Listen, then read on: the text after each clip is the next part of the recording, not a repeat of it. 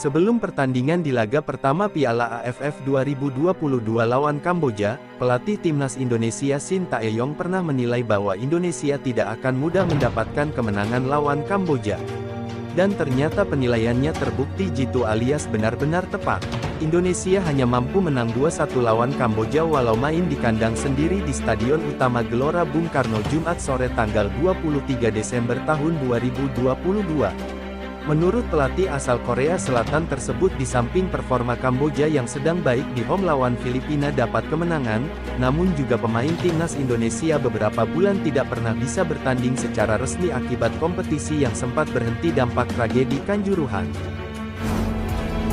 Tapi sejatinya di lapangan, timnas Indonesia hanya mampu menang 2-1 lawan Kamboja karena tak lepas dari beberapa pemain timnas Indonesia yang tampil loyo, pantas mendapat sorotan berlebih.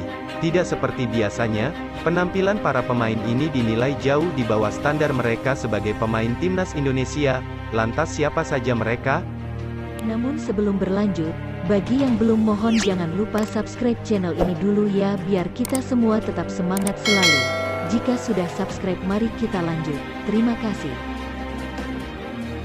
Seperti yang dilansir dari suara.com, berikut 3 pemain yang performanya menurun saat timnas Indonesia mengalahkan Kamboja dalam lanjutan fase grup Piala AFF 2022.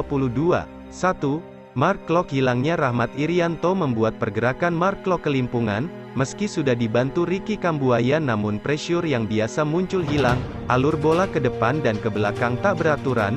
Mark Klok pun sampai harus turun ke lini bertahan untuk mendapatkan suplai bola.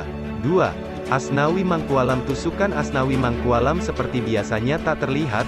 Asnawi lebih sering kebingungan ketika harus memulai penyerangan lewat sisi sayap. Umpan-umpan dari sang pemain juga jarang dilakukan, hingga sang pemain ditarik keluar pada menit ke-60 diganti Edo Febriansyah. 3. Muhammad Rafli. Selama 45 menit babak pertama, peran Muhammad Rafli tak terlihat meski menjadi seorang target man di lini serang. Gol yang tercipta justru dari para pemain sayap. Rafli pun ditarik keluar saat babak kedua dimulai dan digantikan Ilyas Pasojevic.